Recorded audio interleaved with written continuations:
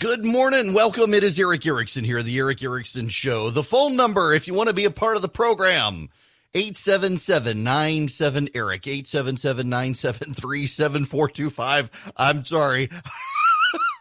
I had to engage in a text with a friend of mine right before we started to suggest to him that maybe the hashtag Cinco de Homo is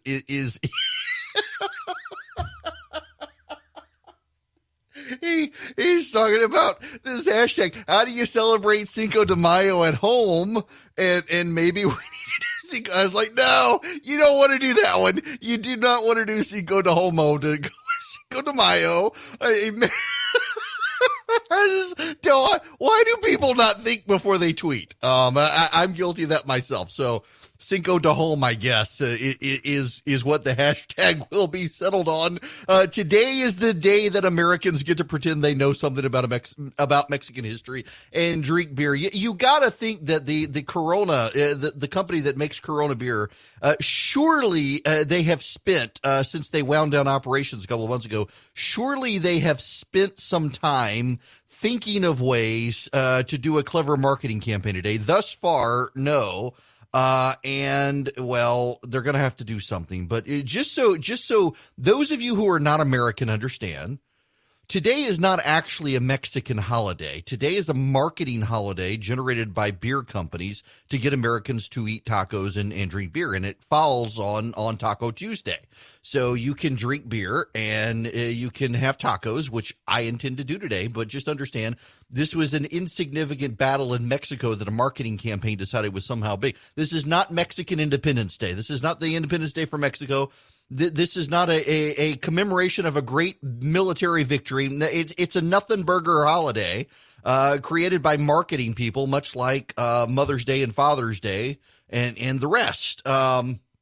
Or your executive assistant day or your boss's day. I find those holidays to be so obnoxious. At least with Cinco de Mayo, you get Mexican food and beer. So there you are. Yesterday was May the 4th. It was Star Wars Day. Today is Cinco de Mayo, May the 5th. Tomorrow is actually Star Wars Day Part 2. It is the Revenge of the 6th, where we lament the prequels, The Last Jedi, and how much we consume today on May 5th. And then we move on with our lives. Montezuma will have his revenge on the 6th. Okay, we've got to move on to actual important stuff this morning. In particular, what do we do with China? Oh, hang on. Before I get there. No, I'm not done with Cinco de Mayo because a buddy of mine texted me this morning. I say all the time people are stupid. And they are. If you believe people are stupid, you will never be disappointed in life. These are the questions that are most commonly asked. According to Google, these are the most commonly asked questions about Cinco de Mayo. Number one, when is Cinco de Mayo? If I had a cricket sound effect, I would play it there. How do you say Cinco de Mayo in Spanish? Again, people are stupid. When is Cinco de Mayo celebrated in Mexico? It's not. When is Cinco de Mayo celebrated in the United States? When was the Cinco de Mayo War? It's Mexico's victory over France in the Battle of Puebla on May 5th, 1862. It was a minor battle that amounted to nothing, and it actually was seized on by beer companies to give Americans a reason to drink Mexican beer. Mexican Independence Day is actually September 16th. Is Cinco de Mayo the Day of the Dead? No. Where is Cinco de Mayo? Wherever Carmen Sandiego is. Is Cinco de Mayo racist?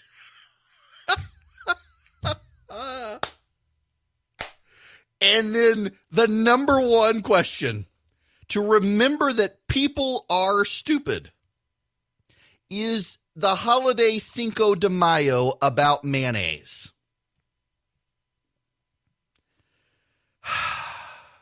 Never, ever underestimate the stupidity of humanity. All right. Now, we will move on to the China situation, because what are we going to do about it? There was actually a story yesterday. If you got my Substack newsletter this morning, I linked to it, and it actually is rather bad. surprising. And what is this? There's a big deal happening.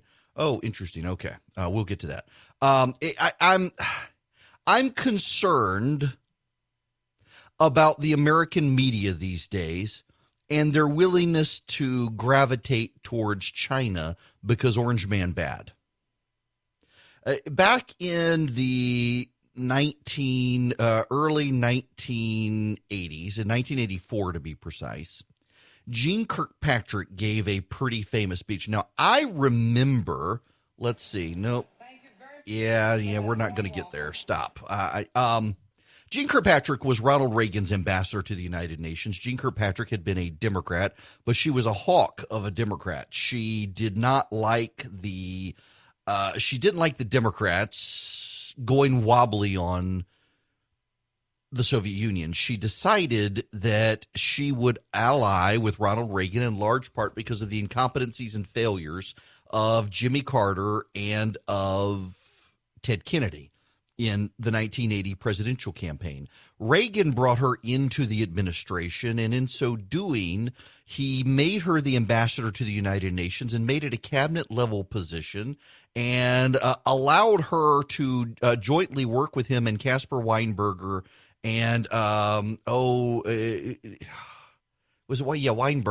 and George Shultz, Secretary of State, to essentially collaborate with Western powers on bringing an end to the Soviet Union, or at least undermining the Soviet Union.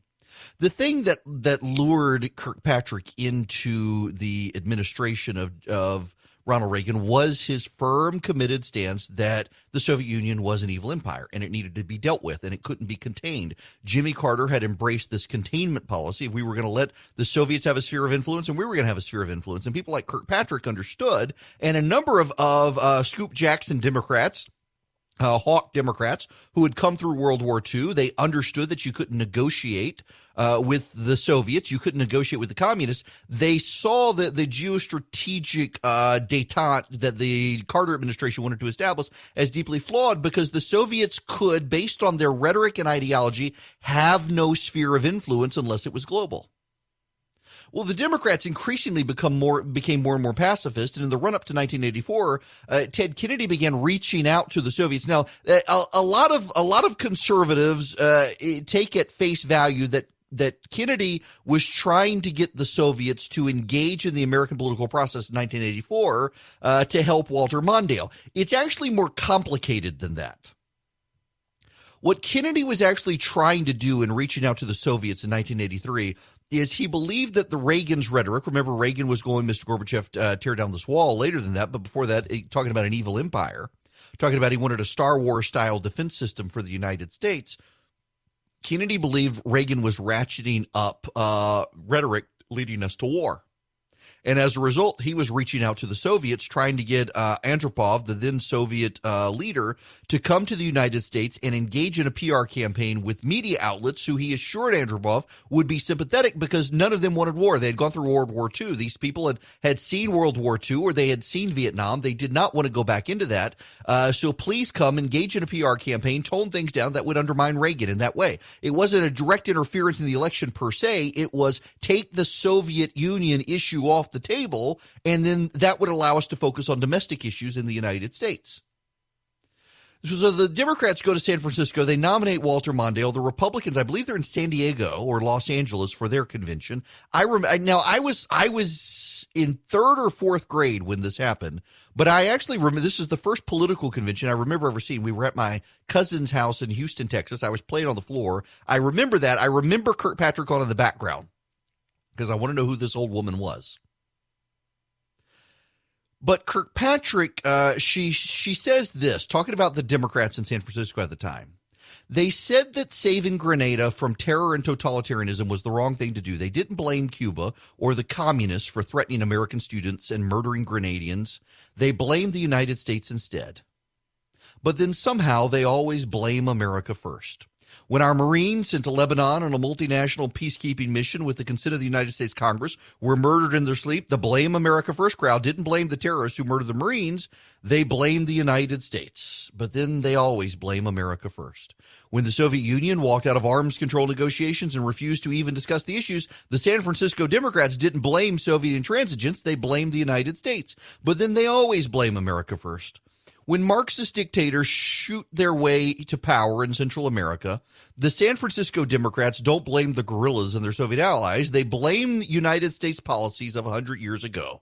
But then they always blame America first. And by then she had the crowd chanting it with her. They always blame America first.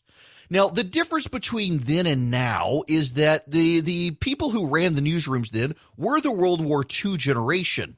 And the reporters were of the Vietnam generation, and they didn't like war. They didn't like Reagan's belligerence. They didn't like his rhetoric, but they were firmly on the side of the United States. The reporters who were in charge on 9/11 didn't like George W. Bush. But on 9/11, despite what happened in the 2000 election, they were willing to give George W. Bush some latitude to try to rally the country. But now, Orange Man bad. And what you're seeing is the generation of reporters who allowed George W. Bush to rally the nation on 9/11 have given way to a bunch of left-wing reporters who came of age in Barack Obama's administration, who believe history began when Barack Obama got elected, and that the purpose of journalists is to help bend the arc of history towards democratic social justice. They came from left-wing think tanks. For example, Valerie Jarrett, who worked for Barack Obama, CNN fired their morning anchor so that they could give Valerie Jarrett's daughter an anchor chair. CNN hired as a national security reporter, who is now an anchor, an Obama administration official. MSNBC likewise has hired an army of left-wing activists to become reporters. ABC, CBS, NBC, the Wall Street Journal, the New York Times, the Washington Post, the LA Times, and the like. They're hiring liberals, progressives from left-wing groups like Think Progress, left-wing media outlets, or Talking Points Memo, a left-wing media outlet, which actually does a good job, but is definitely of the left, and they bring them in as supposed mainstream objective reporters, and their underlying presupposition is that conservatives bad, Christians bad, Republicans bad, small government bad, and potentially America bad, and we're seeing that as they're willing to gravitate to and run Chinese propaganda. Take, for example, this Politico story. This is the editorial editor of Politico writing this story. The headline, "Not the world's number one. Chinese social media piles on the U.S." The verdict is in. China has outperformed while the once respected American system has disastrously faltered. On March 29th, President Donald Trump stood in the Rose Garden and offered a coronavirus forecast. If we have between 100,000 and 200,000 deaths, we all together have done a very good job. The president meant it as self-congratulations. He'd been shown a projection of American death toll as high as 2.2 million. But in China, the statement landed very differently. On Weibo, the country's equivalent of Twitter, Trump's declaration sounded like an astonishing statement of defeat by China's major geopolitical rival. This is Chinese communist propaganda run as a news story in Politico. One of the things that is not mentioned in this story is that if you're a Chinese and you can access Twitter, you are a government goon. You're a stooge for the communist regime in China if you're able to access Twitter, because normal Chinese citizens aren't allowed to access Twitter. It's blocked by the Great Firewall of China. CNN, you will recall, ran a story that was nothing but communist propaganda from China about the Chinese military and how the Chinese Navy was dominant in the South Asian Sea. Never mind that their supreme aircraft carrier that they trotted out actually had a fire on it. They ignored that. Reuters has taken stories from the Chinese communist press that are propaganda and repackaged them as actual news stories and sent them around the world on their wire service. We are increasingly seeing around the world secular reporters who do not like Donald Trump and who blame America first, picking up Chinese propaganda and rerunning it as fabled tales of how wonderful China is doing. You know, the United States, frankly, under the Trump administration, is abdicating its leadership on leading a multinational coalition against China. There is clearly a desire there. The French are mad, the Spanish are mad, the Italians are mad, the Greeks are mad, the Germans are mad, the Czechs are mad, the British are mad, the Swedish are mad, the Norwegians are mad, the Australians are mad, the Taiwanese are mad, the Malaysians are mad, the Vietnamese are mad, the Japanese and the South Koreans are mad. And they're waiting for American leadership, and the president's so focused on just tariffs, he's distracted and not leading this coalition. Now is the time for us to develop a better policy against China. The big difference between now and the 1980s, though, is that we know for certain that your average American reporter is going to be on the side of the Chinese. And that should trouble every single person, including the Democrats, very greatly. Because even a lot of Democrats do believe that the United States First Amendment is sacrosanct. Despite what you hear on college campuses, your average Democrat out there supports the First Amendment. China does not. And the freedom of the press isn't free in China. And it is remarkable that because Orange Man bad, there are so many people on the left who would rather go with China than go with the United States right now. When your views on freedom and liberty are determined by who is in the White House, that's on you. And we should all be troubled. So many reporters have decided they'd rather go with China. One of the other issues that we're dealing with, and welcome, it is Eric Erickson here. At the bottom of the hour, Jessica Anderson, who's the new executive director of Heritage Action for America, is going to join me to talk about reopening the states and the path forward for reopening the states.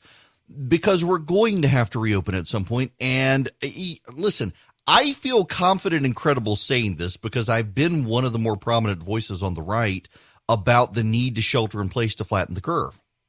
And now that we flattened the curve, about the need to reopen, and pointing out how so many of the people who also advocated flattening the curve are now taking the position that we have to stay home permanently as long as the virus is there, which is insane.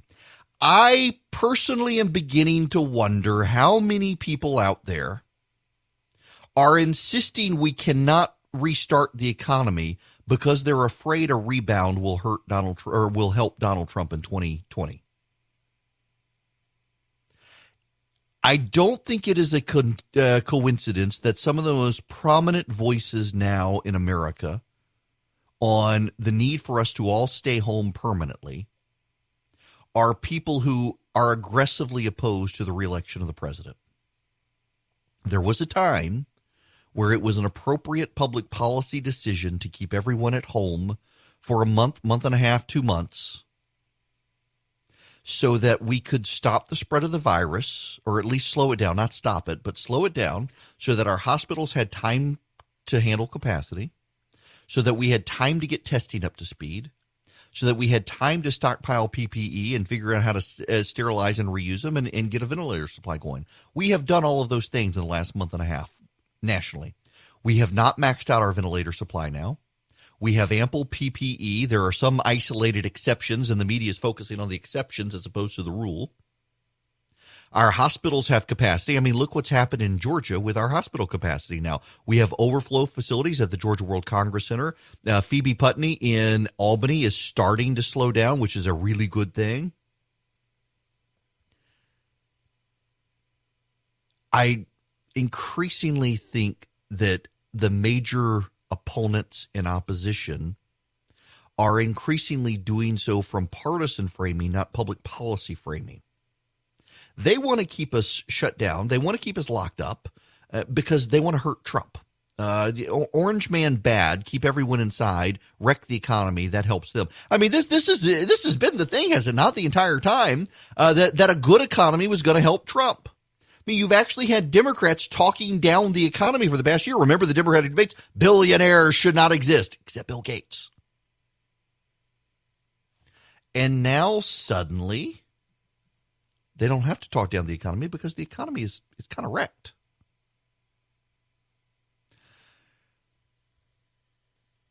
But yet they want to keep us home and keep the economy wrecked. Now, listen, I understand there are pockets of the country, there really are pockets of the country where the virus continues to spread, where hospitals continue to be overwhelmed, and where people do still need to stay home.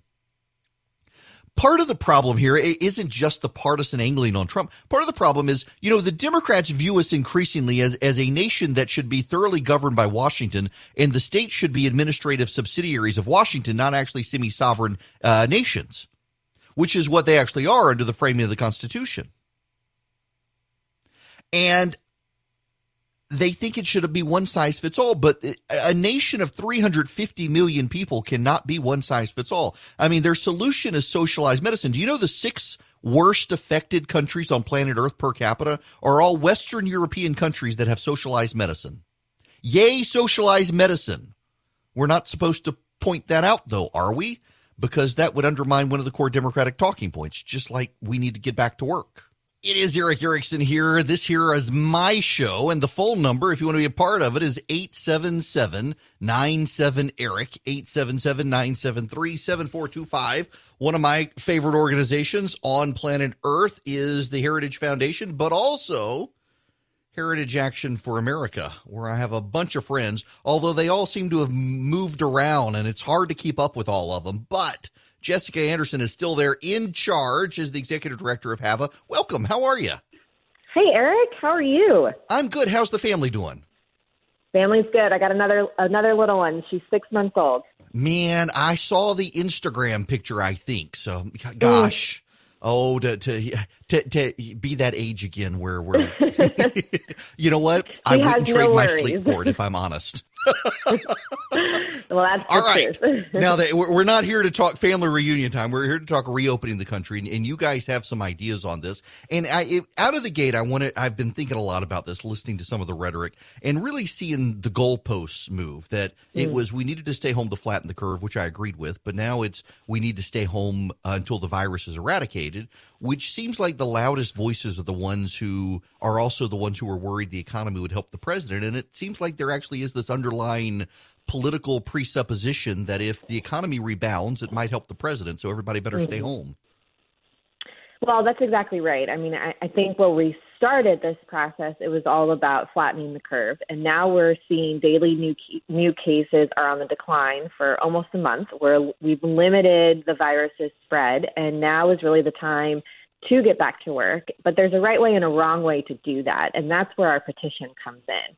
We're pushing for a reopening, but one that's based on data and based on the uniqueness of different parts of the country. So we recognize that, Atlanta, Georgia is an entirely different situation than, let's say, Myrtle Beach, than South Florida, where I'm from. And so if we as conservatives continue to argue that a one-size-fits-all plan doesn't work for things like healthcare or socialism, then let's apply it to coronavirus here. And so our petition is really simple. It's really clear. It's 6 principles. People are free to travel. Governors should only implement stay-at-home orders in targeted manners.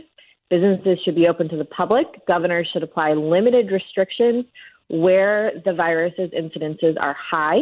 And we walk through these principles, and we're asking Americans to pledge their agreement and to agree that we as the American people are strong leaders who can uphold and fiercely protect our constitutional liberties, especially in a time like this, where we're in not only the health but also the economic crisis, as you alluded to. Well, okay, this makes a lot of sense to me. And going back to your initial point is what I'm seeing. In fact, Sean Trinity had this great article at Real Clear Politics where he mapped it out that we are 50 states, and we've got over 1,000 counties among the states, and they're not all similarly situated.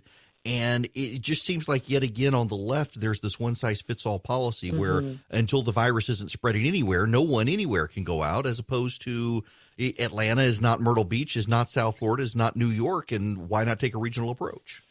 Yeah, that's exactly right. And a regional approach is important here because it allows government to respond to the people it's closest to. And we've been talking a lot about this, in that we're out of habit, I think, as the American people, of really knowing who our mayors are. Who are your local officials? I know who my member of Congress is, I know who the president is, but really drilling down at that local level. So as the advice has moved from the president and the task force down to governors, then to mayors, it's trickling down. And this is an important part of American society I think we get a refresher to And we then have this ability now to know those elected officials, to urge them what's best for my family, what's best for my business. And then as things begin to open up, you can actually have a systematic phased approach where governors can focus on who can return to work, and allowing flexibility at that local level. And so that's what this petition is about. And so far we're at just over 50,000 pledges, 50,000 signatures. And so we're driving to get to 100. I'd love to be there, in a week, and we're going to deliver these petitions to the National Governors Association, to the governors that are lagging behind. Like you look at the Michigan governor that is just completely out of touch with her people right now. And we're going to deliver them to the president. Now, how do people go about signing the petition? You can sign it at heritageaction.com. It's on the front page of our website. All we're asking is your name and where you're from, so we can get a good swath of Americans all across the country, coast to coast, aligning with these 6 main principles for reopening.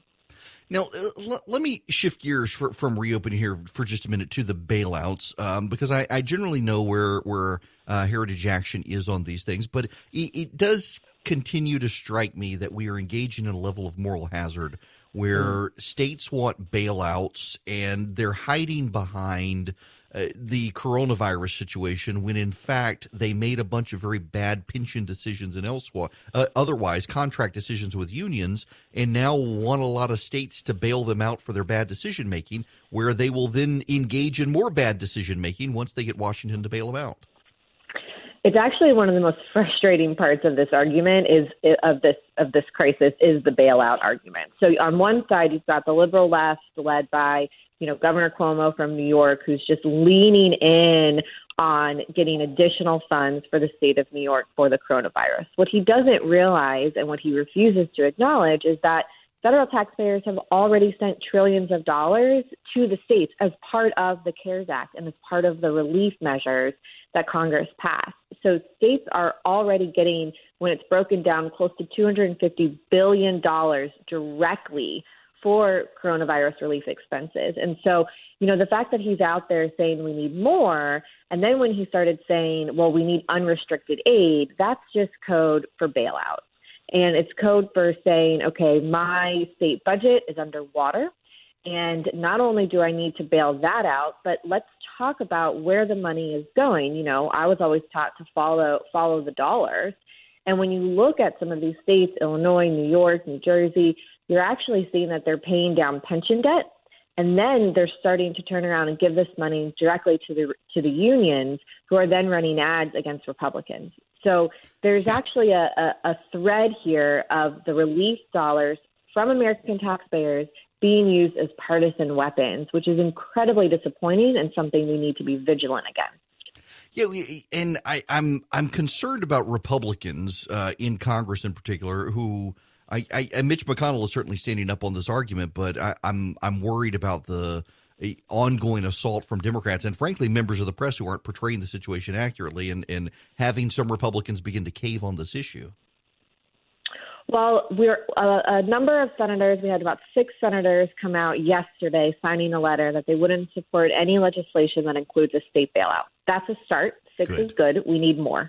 And so we need senators that we're going to stand up against this. And we need senators to be creative in the solution. So not only do states already have funds for coronavirus health impact, but you also look at a state like Texas that has a really great rainy day fund. If you need additional dollars in your state, tap into that. This seems like a great opportunity to use that rainy day fund. So there's other ideas that are out there that I think the Senate can really lead on. And, credit where credit is due. Mitch McConnell is dug in on this. And my hope is that he stays that strong. The president had a tweet about 5 days ago that was really helpful. But more in the Senate need to come out against this, and just letting Nancy Pelosi know her $1 trillion bailout that she's requesting for states is a non-starter. Well, that is encouraging. I had missed the news about the 6 senators coming out, and it continues to concern me that in the financial situation of dealing with the virus, very much like I know when Needham and Chappie were there, those two and I had this conversation before that After 9/11, the government went on a spending binge and hit a lot of the spending saying, oh, it's war spending, it's war spending. And actually, the war spending was all budgeted for. It was all the domestic policy initiatives that kind of blew through the budget caps and added to the national debt. And it just seems like there really isn't any concern right now. And obviously, we're in a crisis and there is money that needs to be spent. But even a lot of the Republicans in Washington who were one time committed to small government just don't seem to be so committed right now to the idea that we are going to have a fiscal reckoning coming due at some point. Well, I think when we started this process, 8 weeks ago now, there was a scramble in Washington. You know, what is this virus? What do we do? And the first reaction was everyone needs to stay home, slow the spread. And then it became, okay, can't let the cure be worse than the disease itself. The president tweeted that infamous tweet, and that really shifted the debate where everyone then lawmakers started throwing spending ideas really at the wall in the hopes that any of them would land to stimulate the economy. The reality of this is that, you know, direct cash payments to individuals and stimulus spending doesn't actually work to put America back to work. What we need jobs. And so our principle throughout this that we've really been pushing the Senate and the House to reconsider is creating public policy around keeping the employer attached to his employee. It's not that we don't want people, you know, to get, you know, funds to be able to pay their rent. We want people to have jobs. And so at the end of this crisis, we want them to have something to return to. We want businesses to be able to reopen. And so pushing everyone into unemployment insurance is the completely wrong step, just as just spending billions of dollars without targeted and temporary measures in place is the wrong step. Now, I do think that many in the House, especially our friends at the House Freedom Caucus and the Republican Study Committee, have realized this. And you know, it's not too late. It's never too late to do the right thing, and it's certainly not too late now. And they need to turn the spigot off for spending, and specifically against these state bailouts. Let the money that's been infused into the market. Let's see if it's going to work. And let's go back and fix some of these problems like the unemployment insurance problem where people are being paid more to stay home than to have their job. Let's fix that. Let's fix some of the mortgage forbearance problems of the bills. And let's create public policy that allows the individual to stay with their job and not line the streets for unemployment and welfare. So that's where my head's at going into this next week as we fight for whatever this next package is going to be. But, Eric, I got to tell you, Pelosi is out there with her laundry list of basically a liberal wish list, everything she's wanted from mail-in and internet voting to redistricting. I mean, it's like whack-a-mole. Another Kennedy Center bailout. Right, and then her $1 trillion bailout. So we have our work cut out for us, but, you know, as usual, the American people are up for the challenge, and I'm encouraged that so many see through the rhetoric and see the partisanship and are trying to get past it. Well, let's circle back to the beginning, though. You guys have this petition. It is to reopen the country, to do so on a regional basis in areas that make sense. And if people want to sign up for that or learn more about Heritage Action, where are they headed? heritageaction.com. And then the petition's right on the front page. Tell governors, Open American Society. There's 6 principles, and they look specifically at what we should be doing for travel, businesses, and testing, and then our role as Americans to uphold and fiercely protect our constitutional liberties. So it's 2 parts, really simple, heritageaction.com. Well, listen, I appreciate you stopping by. You know, I'm a big fan of HAVA and happy to help you guys.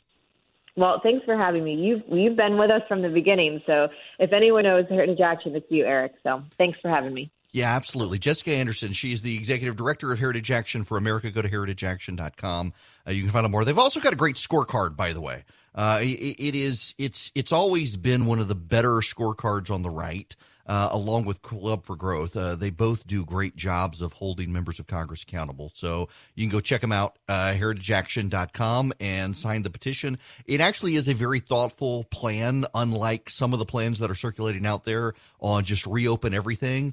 It is mindful of the fact that there are regions of the country that just can't reopen right now. New York City being one of those areas where people still probably need to shelter in place given the spread of the virus.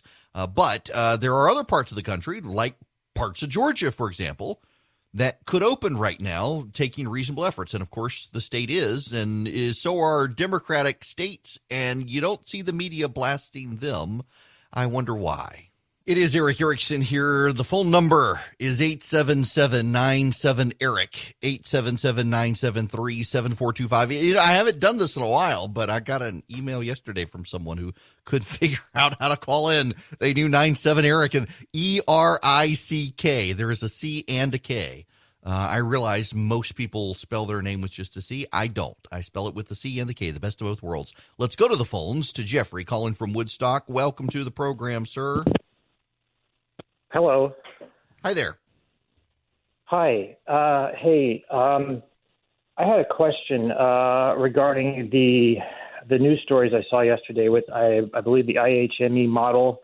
Mm-hmm. The projected death toll in the U.S. being revised up significantly to like 130,000 or so. Yeah. I wanted to get your take on that. Do you think places that have opened up may have opened too soon, or what's going on? I honestly got kind of depressed about that. Yeah, so here's the thing. We got to find the right balance, and it does depend on people doing the right things. If you feel bad, stay home, wear a mask in public, which frankly, in Georgia, I've suddenly seen a major drop-off in people wearing masks, which is concerning. So there are concerns, but keep in mind that we were always going to have an uptick if we reopened. Because the virus is going to spread, and particularly among the elderly and vulnerable populations, there are going to be problems. But it is concerning by how much they are revising the models. And for people who say the models are conspiracy, I talked to a great epidemiologist last week who actually made the point that the whole purpose of modeling is tell us what could go wrong. And our job is to beat the model. It's not that the models are wrong. It's that they're supposed to be wrong. We're supposed to respond to what the model shows so that we make the model wrong. And we've been doing that. We are, interestingly enough, crossing 70,000 deaths, which, remember, originally there were a lot of people, particularly conservatives on my side, who said we would never get to 40,000 deaths. Well, we're crossing into 70, and there's the great conspiracy that they're rigging all. That's a whole lot of dead people to rig a conspiracy. No, comorbidities. Okay. But the same thing happens with the flu. It's not like the flu kills healthy people and ignores the people with comorbidities. The same thing. People with comorbidities are more susceptible to illness and death. Ultimately, what's going on here is there are a lot of people who are so desperate to get back to work, understandably so. A lot of people who want to get the economy up and going, understandably so, that they're making utilitarian arguments on whose life is more precious. And that's unfortunate. All life is precious if you're pro-life. We do have to find a way to get the economy going again, though. And I don't know that the models are contemplating some of the steps. Part of the problem here is that the modeling, like in my conversation with Jessica Anderson that I was talking about, is the Democrats view us as a homogenous nation, and the models view us as one entity. And you've got to dive into the models to see. I mean, for example, let me pull this up here on the fly. Bring up my web browser here, IHME Georgia. Let's see what does the Georgia IHME modeling say. The model they've changed it. Let's see.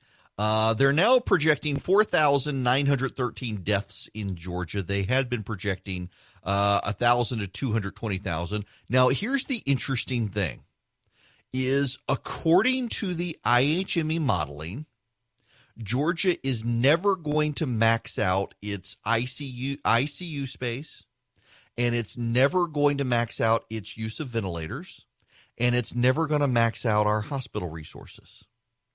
Wasn't that the purpose in flattening the curve? Wasn't that the purpose in flattening the curve?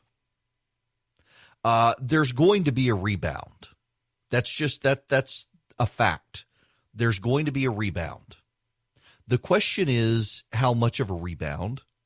And frankly, that has everything to do with you. Now, what do I mean by that? I don't mean that disparagingly. What I mean is that if you do what you need to do, only go out as you need to, don't hang out recreationally, wear a mask when you go in public, wash your hands, you're not going to get the virus. And so the virus isn't going to spread through you to your family. Your family's not then going to spread it to other people, and we're going to be fine. Ultimately, here's the thing. If you live your life in fear and don't leave your house, okay. Most people aren't going to do that. They're going to want to get back out and about. There are ways to do it responsibly, though. I saw some idiot legislator in Ohio says he's not going to wear a mask because that would be covering the image of God, that we are all created in the image of God, so he can't wear a mask because that would be covering the image of God. That's stupid theology. Can you imagine you go to the hospital, sir, you need to put on an oxygen mask. No, I'm sorry, I have to die because otherwise I'm going to cover the image of God. Don't hide your contrarian a-holishness behind your theology, because that's what that actually is. Yes, you'll have to follow along with that sentence to understand what I just said.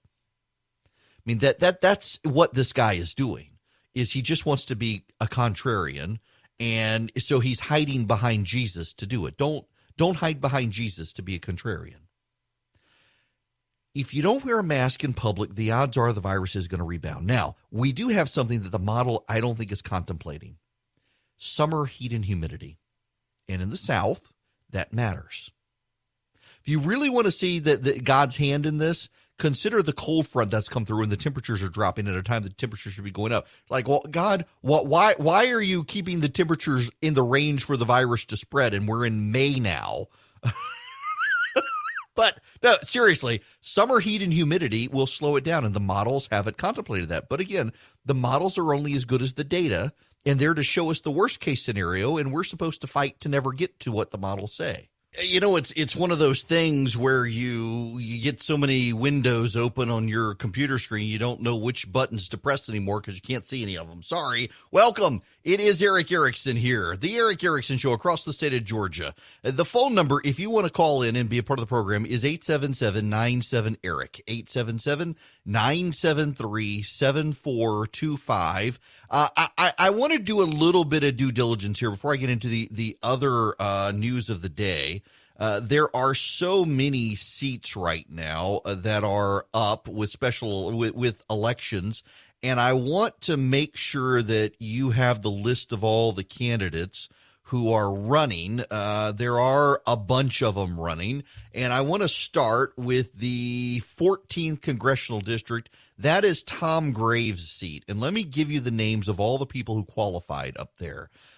John Barge, who is running as a Republican, Ben Bullock running as a Republican, Kevin Cook running as a Republican, John Cowan running as a Republican, Clayton Fuller running as a Republican, Marjorie Taylor Greene running as a Republican, Andy Gunther running as a Republican, Bill Hembry running as a Republican, Matt Lawridge running as a Republican, and Kevin Van Osdol running as a Democrat. He's the only Democrat running in the race. That is Tom Graves' seat. The other one, let me see if I can find it here.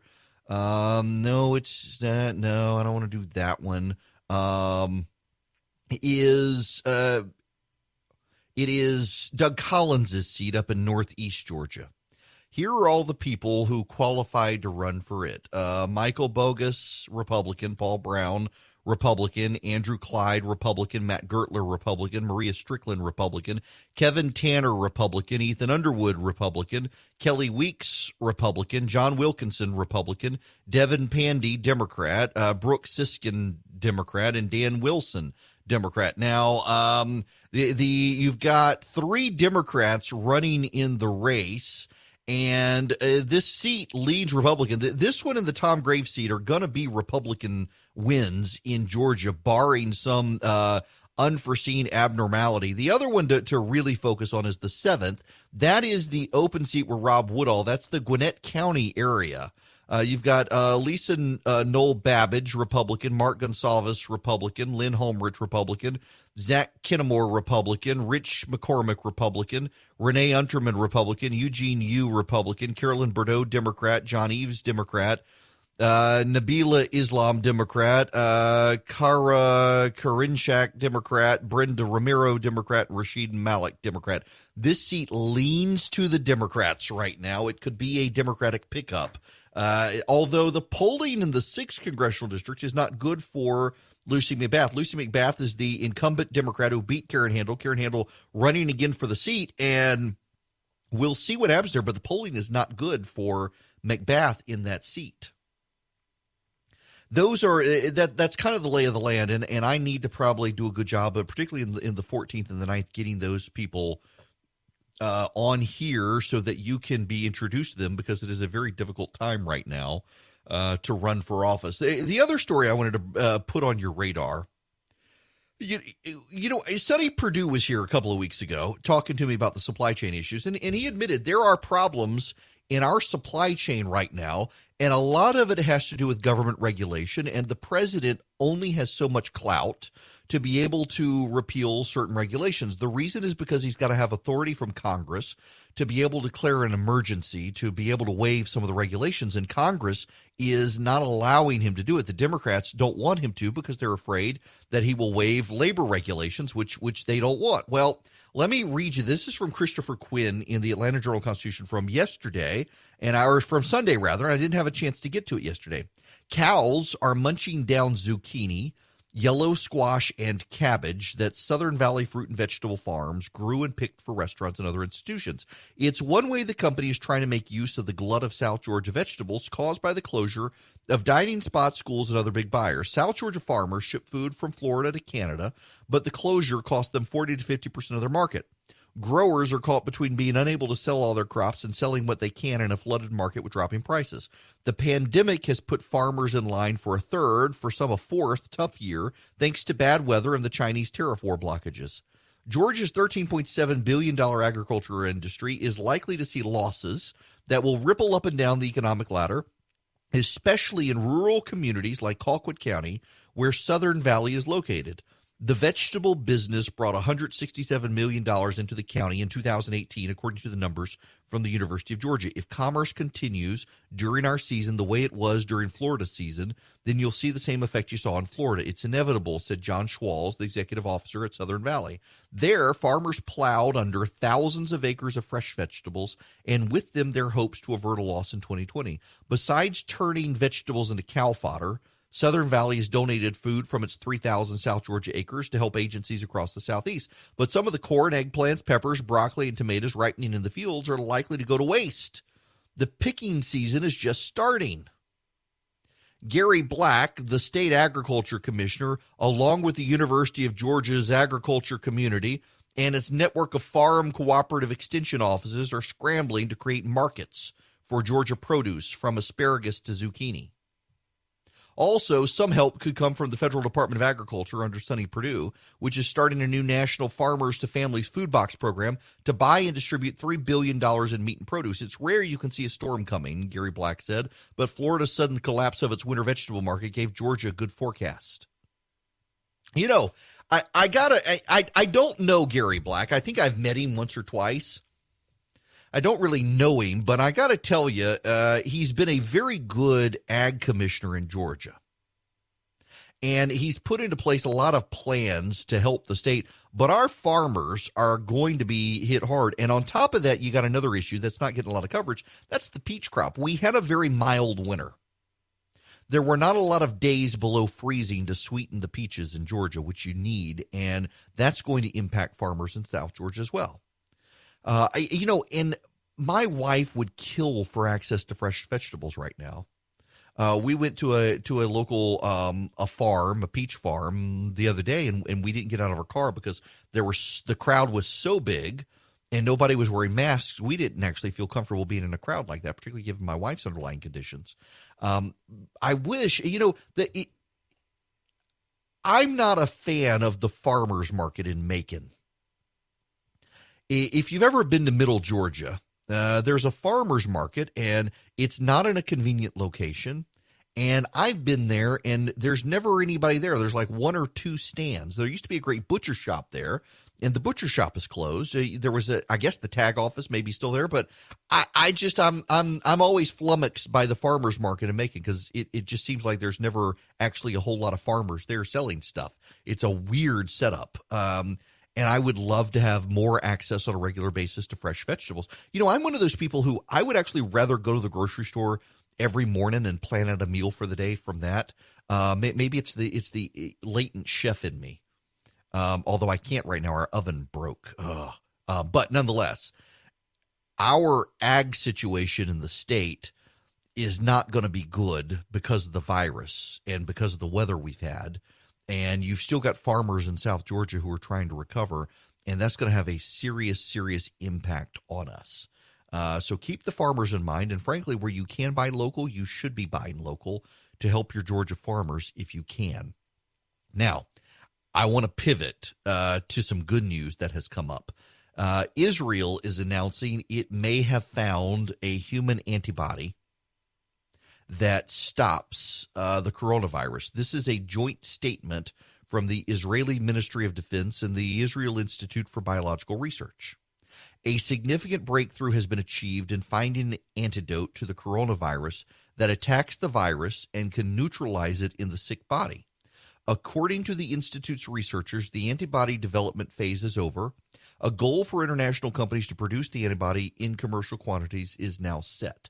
Now, the original statement is in Hebrew. Let me read you some from what the Jerusalem Post is reporting. The Netherlands is confirming the research. There are researchers in the Netherlands who have been doing the same research, and they have come out and said, yes, this is true. The Israel Institute for Biological Research has completed the development phase of COVID-19 antibody or passive vaccine, according to the Defense Ministry. Defense Minister Naftali Bennett visited the Nest Zion lab on Monday and was briefed by the research team, who revealed a breakthrough antibody that attacks the virus and neutralizes it in the body. IIBR, that is the Israel Institute for Biological Research, is now working to patent its antibody and secure a contract for its commercial development. Now, that's great. A second Israel research team, MigVax, has also reported it's close to completing the first phase of development of a coronavirus vaccine. Now, let me jump over to the Netherlands. The Bloomberg News has this story. Scientists create antibody that defeats coronavirus in the lab. Scientists created a monoclonal antibody that can defeat the new coronavirus in the lab, an early but promising step in efforts to find treatments and curb the pandemic spread. The experimental antibody has neutralized the virus in cell cultures. While that's early in the drug development process before animal research and human trials, the antibody may help prevent or treat COVID-19 and related diseases in the future, either alone or in a drug combination. More research is needed to see whether the findings are confirmed in the clinical setting and how precisely the antibody defeats the virus. The antibody, known as 47D11, targets the spike protein that gives the new coronavirus a crown-like shape and lets it enter human cells. Now, essentially, this is my way. This is dumbing down to such a level as to almost be too dumb. But in my mind, it's the easiest way to understand it. What this antibody does is it wraps around the coronavirus, so that, you know, a coronavirus gets its name from the little spikes around the coronavirus that make it look like it's wearing a crown. And the antibody wraps around it so that the coronavirus can't use those spikes to penetrate cells. That is the super dumbed down explanation. I am not a scientist or doctor. I needed to make it easy for people to understand, but that's encouraging news. It appears that this is the Dutch are using the same antibody the Israelis are using and are not as far along in the research, but their research is more documented than what the Israelis have produced. So that's encouraging. Likewise, remdesivir is showing more promise. I got to say something, and I meant to bring this up earlier and didn't get a chance. Do you know we've now got remdesivir truthers on the left? This again gets me to the idea that there are some people out there who want to use shelter in place to keep the economy from recovering to hurt Trump. I want to make sure that, hush up, Siri. I want to make sure that you understand I'm talking about a minority of people. I don't think it's a majority of Democrats. I don't think it is a majority of left-wing pundits out there, although it may very well become a majority. But it is certainly a growing number of voices, even if they're in the minority, who continue to advocate shelter in place, not because they want to stop the virus, but because they want to stop Trump. And they're afraid that if the economy rebounds, that it'll help Trump. And there's a real overlap. In the Venn diagram, it would be a single circle of progressives who are convinced a rebounding economy will help the president, and progressives who have become remdesivir truthers. That, the president and his team are touting remdesivir. Therefore, this drug must be bad. In fact, there are 2 small studies that suggest that remdesivir is not as good a drug as some claim. But those were small studies. Larger studies at Emory and other facilities around the country, I believe one at the Mayo Clinic, that the National Institutes of Health and Dr. Fauci looked at, actually have said that these drugs, remdesivir in particular, actually is a good drug and does alleviate symptoms. That a person who typically would have a 10-day viral run can be reduced to 5 days, and a person with a 5-day run can dramatically be reduced down to a day or 2 of having active symptoms. It speeds up recovery. Now, the key is getting it into people, because once people get too critical, remdesivir does not appear to work, and that seems to be the hang-up on some of the early trials that these remdesivir truthers are flagging and throwing at people. That when much like hydroxychloroquine, by the way, that when the virus is too far gone in someone, these drugs don't seem to be very effective against it. But someone who gets in the hospital and starts on remdesivir or hydroxychloroquine, there's actually a lot of data out there now that suggests they are benefited from early treatment, remdesivir more so than hydroxychloroquine. Gilead Science now is making remdesivir available to the public at large. They're giving all their samples to the government for free, and now they're being attacked by left-wing critics who think, well, if you can give all the drugs for free now, surely you can give all the drugs for free forever. There's no winning with these people. There's hope on the horizon, though. The Israelis and the Dutch are both making progress. The Americans are making progress. The British are making progress. And now we've got multiple drugs that appear to be effective as well. These are all good signs. And that, again, is why I think by the time we get to August, the situation will be dramatically different. And that is why I also think you're going to hear a whole lot of people on the left start saying, we can't go out again. We've got to wreck the economy, because they don't want people to go out and the economy to suddenly rebound and have that help the president in the run-up to the election. I want to give you guys a lesson in how data is being reported and why I think the media needs to do a better job on this. Yesterday I mentioned in the first hour of the program yesterday, on May 1st, there were 128 cases. Now, last week, when I ended the week, there were less than 50 cases. And it went up by Monday morning at 9 when I started yesterday, 128 cases. When I went off the air at noon, Monday had gone up to 136 cases. By 1 p.m., May 1st had gone up to 144 cases. By the time I started my second show yesterday, the May 1st numbers had gone up to 158, and today, this morning, it is 10:30 roughly, 10:26 a.m. May 1st now has, and I'm tracking this as well, May 1st now has 179 cases. Now, why? Well, because not all the tests come back at the same rate. And the Department of Public Health is tracking cases based on the day the test was conducted, not the day all the tests are delivered. Now, here's the thing. If you go to Google and you look for May 1st, what do you find? You would find that May 1st had 1,232 cases. 1,232 cases on May 1st. If you look at the actual data from Georgia, though, May 1st has 179 cases. Why the discrepancy between Google and Georgia? Well, because Google is not breaking out the cases based on the date of the test. Google is breaking out the cases based on the date the test comes back. So, for example, yesterday, Google shows 766 cases. But what the Department of Public Health shows is 32 cases.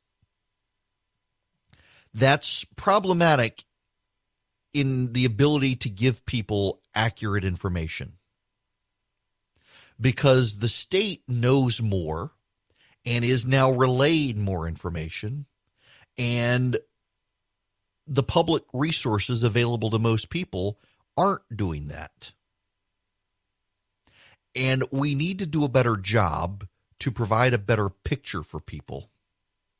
And I hope everyone understands that, because the big issue here is the regionalism of the virus and the fear factor that is so impactful around the country right now is that we're in a global pandemic, which we are, but that everyone is affected equally, and we're not. The other thing you don't see with Google is the number of people recovered. And there's a reason for that. There are 29,423 confirmed cases in Georgia, and there's no recovered people. And there actually are recovered people. The problem is that the state is not double testing people. You got to have 2 tests that are negative to be declared recovered.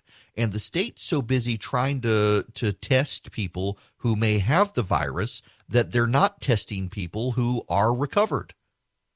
If you get the virus and you go for 2 weeks and you have no symptoms and no fever, they're going to presume that you're recovered. Now, part of the problem is asymptomatic people, but the way you know you've got the virus is you go get tested and they say you're positive, even if you're asymptomatic, and you stay home for 2 weeks and the virus runs its course in 2 weeks. There's nowhere on the planet where the virus doesn't run its course in 2 weeks. So you stay quarantined for 2 weeks, and guess what? You're going to be okay. You're going to be okay. So, friends, don't let your heart be troubled by this. We'll get through it. There's hope on the horizon. But pay attention to how the data is being reported. The situation is not as dire as what you read in the media. Georgia is actually on the rebound for the economy and not on the virus, and that's a good thing. Welcome. It is Eric Erickson. The phone number here, if you want to be a part of the program, blah, blah, as I trip over my tongue, 877-97-ERIC, 877-973-7425. The phone lines are open, and we need to talk about Tara Reade. You know, the New York Times has proposed that Tara Reade be investigated by the DNC, that there be a full and fair investigation, that they look through all of Joe Biden's records. Here's Brett Hume and Brett Baer discussing this. I want to ask you about this Tara Reade allegation. I've heard you speak that we may not know the end result of where it goes, but one thing raised eyebrows this week, and that's the New York Times, to investigate Tara Reade's allegation. The Democratic National Committee, it says, should move to investigate the matter swiftly and thoroughly with the full cooperation of the Biden campaign. Any inventory should be strictly limited to information about Ms. Reade conducted by an unbiased, apolitical panel put together by the DNC and chosen to foster as much trust in its findings as possible. What do you think of that?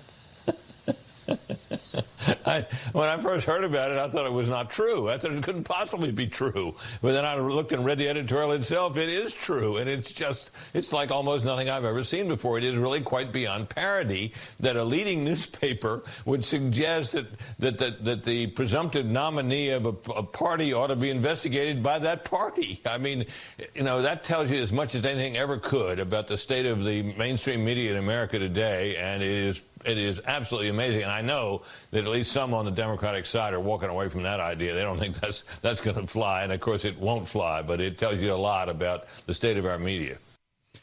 It does. It does. Here's Ari Fleischer. I think the key issue is Tara Reade herself. And it shocks me, it amazes me that no media networks have been trying to put her on other than Fox News. ABC, NBC, CBS, CNN, MSNBC, they would normally die to interview the woman who was accusing a prominent politician of sexual abuse. Here, they just won't put her on. They're not interested in her story. The double standard is so thick. If she was accusing a Republican, they'd be rushing to put her on. But they're shielding Joe Biden. And this is the breakdown of the media, and that's what I'm afraid of and why this really is not going to have legs. The press won't let it have legs. So some of the progressives are saying the quiet part out loud now. I mentioned Laura Bloom yesterday. She is the daughter of Gloria Allred. Let me bring back up the tweet that she put out. She wrote, "I believe you, Tara Reade. Lisa Bloom. I believe you, Tara Reade. You have people who remember you told them about this decades ago. We know he is handsy. You're not asking for money. You're obviously struggling mightily with this. I still have to fight Trump, so I will still support Joe, but I believe you, and I'm sorry. That's saying the quiet part out loud. Lisa Bloom, by the way, is being attacked for daring to say this, pointing out she helped Harvey Weinstein. They're attacking her for saying the quiet part out loud. Contrast her with Robert Gibbs, the former White House press secretary for Obama, who went on MSNBC. Well, I think people are going to have to answer for how they're talking about every case. I think the sensible standard here is and should be that if a complaint is made, that an investigation should be done. Good example over the weekend, there was a complaint or an alleged action that happened that accused the vice president of something, and we found out that the date that it was alleged and the dinner that it was alleged to have taken place at, the vice president didn't attend. So I think if your standard, I think your standard can't be to simply believe everything you hear. That requires an investigation. And I think, again, this weekend's example is probably a pretty good one about what the due diligence that has to take place and should take place. These complaints are important. They should be heard, but they also should be investigated to make sure that what is being alleged is true. Notice the move here. It was believe all women. In fact, you had people like Stacey Abrams say that, hang on, I got to write down because she wasn't even in the stack stuff I want to talk about. Stacey Abrams. There's a story out there on Stacey Abrams. I got to talk about that. We'll get to that. But the standard here is now you got to investigate. You got to investigate. And they want to say that Kavanaugh was not investigated. The FBI went out and they interviewed everyone. Hold them to that standard. Ask the FBI to get involved and go out and interview all the people. Have them questioned by that's what they did for Kavanaugh. And the Democrats say that wasn't an investigation. Well, that's more than what's happened with Tara Reade. Notice how they're twisting this, though. It used to be believe all women. Stacey Abrams and other Democrats came out and said, you have to believe all women. It is the assertion that's important because you're dealing with power.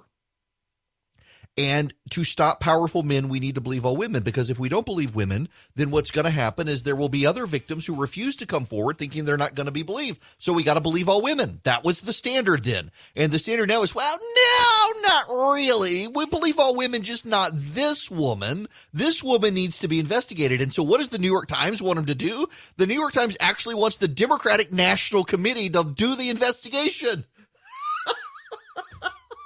Brittany was right to laugh. Can you imagine? We tried to investigate Tara Reade. She appears to be the sister of Dwayne Reade, the pharmaceutical chain that's been bought by Walgreens, and now Walgreens won't let us interview her. I mean, that's the absurdity of what's going to happen with something like this. There's no way. We've got to investigate. Let the DNC do it. That desperation. They know they got a problem. They know they've got a problem. Here's the bottom line, though, on this. And this makes partisan Democrats mad, and I'm about to make some of you mad. The Democrats will get their own Donald Trump, and they will never admit it. If Donald Trump wins in November, the Democrats are going to go completely insane. You think it's bad now. If Donald Trump wins re-election, in addition to breaking a whole bunch of people, there are going to be Democrats who just lose their minds. I almost want the president reelected, not to stop the advance of Democratic policies, but to actually watch what happens. Be a dangerous time in America, but I'm curious to see the crack up of the Democratic Party. And what will happen is the Democrats will find someone who is in every way, shape, and form exactly what they think Donald Trump is. What they say Donald Trump is, they will find that person and they will run that person. Remember, you talk to Democrats. I'm on Bill Maher's show on HBO every once in a while. And even Bill Maher talks about how, the Democrats just don't play dirty. Now, from my vantage point, it's the Republicans who always cave and it's the Democrats who play dirty. But from Maher's standpoint, he thinks it's the Democrats who cave and the Republicans play dirty. I think we will witness nothing like it if Donald Trump wins re-election. The crack up of the Democratic Party, victory keeps holding this off. They will hand their party over to Alexandria Ocasio-Cortez. They will say they need full-on socialism. They will go nuts. Kind of want to see it.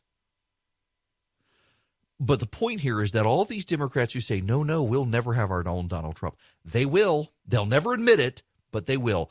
All of the things they think Donald Trump is, their guy will become. Now, the difference is that they will try to nuance it. They'll try to evade it. They'll try to distract from it. But it's going to be a problem. They're going to get it. Now, here's the other thing. There is an upshot for the Democrats here, and we do need to deal with this. We do need to recognize it. The polling's actually really bad for the GOP right now. Now, you can say the polling's wrong. Nationwide, the polling is problematic, but look at the state level. Charlie, my producer, is from Montana. The Republican polling in Montana right now is brutal. The president is only a couple of points ahead of Joe Biden in Montana.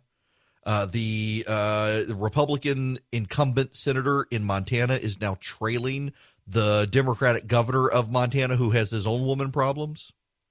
It's not good for the GOP there. The GOP right now is losing Montana, losing Arizona, losing Colorado, which is to be expected, losing Maine, and now losing Iowa, and losing North Carolina. That's a bloodbath for the GOP. If the Senate candidates are losing those states, the president is losing those states. The president is actually behind consistently in polling in Arizona, which is one of the most Republican states of the nation, and he's losing to Joe Biden there. The president in some of the polling here is only a few points ahead of Biden. Now, I actually think he's higher and more ahead than Biden, but this is pretty consistent in the polling trends. The GOP's not doing well. If you're losing Senate races, if the GOP's losing Senate races, the odds are they're losing those presidential races as well. The president was never going to win a place like Maine, and he was never going to win a place like Colorado. But he was going to win a place like Montana, and he was going to win a place like Arizona, and he was going to win a place like Iowa. If he loses Wisconsin, Michigan, and Pennsylvania, he's toast to begin with. If he loses these others, it's bad for the GOP. The Texas polling is no longer an anomaly. The polling for the GOP in Texas right now is not good either. And so much of it comes back to the virus. Now, here are a couple of points to make, though. It's early, and it's virus related. I was actually talking to a establishment Republican guy the other day who really hates the president, which is kind of funny because he goes on TV and he defends the president a lot, but he really doesn't like the president. And he was saying the downside of this is that if the president loses in November and takes the GOP with him, they'll be able to say it was all about the virus, and they won't have to address any of the underlying problems with the president's management and style and things like that. And he really thinks there are deep underlying issues beyond the virus. And he's probably right. No one will ever want to address those. But it's still early. And this is why I think we're headed into partisan territory on the rebound conversation. I mean, I guess this is a constant theme throughout all 3 hours of this program today, because I have long maintained shelter in place was the right thing to do, but it's now time to reopen the economy. The virus is on the decline. This was always about making sure hospitals could handle the overflow. Hospitals are now up to capacity. They can handle the overflow. They've got the capacity to do it. ICU bed space is available. Hospital bed space is available. PPE is available. Ventilators are available. We know what to do. We've got treatments on the way. There are positive signs. It's time to reopen the economy. And I think increasingly you're going to hear Democrats, no, we can't do this. It's about stopping. People are going to die. I mean, you've got The Atlantic, for Pete's sake, saying that Georgia is conducting an experiment in human sacrifice. This was never about stopping the virus to them or to anybody. It was always about flattening the curve to let hospitals and testing and everything else ramp up. They've done it. We've flattened the curve. It's time to go back to work. Now they're like, no, we can't do this. People will die. People will get the virus. People are going to die. Donald Trump is going to kill people. Brian Kemp is going to kill people. They've just moved the goalposts. They've become really expert at moving the goalposts and also having the media move it with them, so the media never has to hold themselves accountable. Not that the media ever will. Here's Mike DeWine. He's the governor of Ohio, who's now starting to talk about opening his state. He's been hyper-aggressive in shutting down his state. And now he wants to reopen it. And he says these are words, pearls of wisdom from Mike DeWine. I want to play something that former New Jersey Governor Chris Christie said to our Dana Bash today. Of course, everybody wants to save every life they can. But the question is, towards what end ultimately? Are there ways that we can thread the middle here to allow that there are going to be deaths, and there are going to be deaths no matter what? And if we can do things to keep people in the mode of wearing masks, of wearing gloves, of distancing where appropriate, we've got to let some of these folks get back to work, because if we don't, we're going to destroy the American way of life in these families, and it will be years and years before we can recover. I mean, that is I think what it boils down to. Do you agree with what he's saying? Well, I think that it's absolutely true that there are a lot of costs for high unemployment and a huge crash in the economy that we have seen. And they're not all, there are a lot of social costs. There are obviously the economic costs, but there are also medical costs. There in the sense of health costs. We generally, when the economy goes down, you see domestic abuse, for example, go up. You see depression go up. So there are, in fact, a lot of costs. And so we're trying to do two things in Ohio at once, and we're trying to do it very, very carefully. But I think that you are trying to do both of those things. And but the bottom line really is Ohioans have been great about distancing. They've got us this far. They've flattened the curve. They got us to the point where we are today. They're going to have to continue to do that if we're going to avoid a big spike in a number of cases and see a dramatic increase in the number of deaths. I have confidence that they can do that. But it's not the orders I issue or my health director issues. It's really what people do every day in their own lives that ultimately has this huge effect across the state. And I would add across the nation. It's what you and I do with our behavior to stop the spread of the virus. I understand the resistance of people who don't want the government to make them wear masks. I was always the kid who hated the particularly when I got to college, the mandatory things that we're going on the mandatory trust walk. It was just I'm an adult now. I don't want to do a stupid trust walk. I've always been that way. When people tell me I have to do something, I just genuinely don't like to do it. So I understand when people tell you have to wear a mask. You don't want to wear a mask. I get that. But you need to wear a mask. If you go to the grocery store, wear a mask. You need to be responsible. There are a lot of people who say the virus only affects the elderly. That's not true.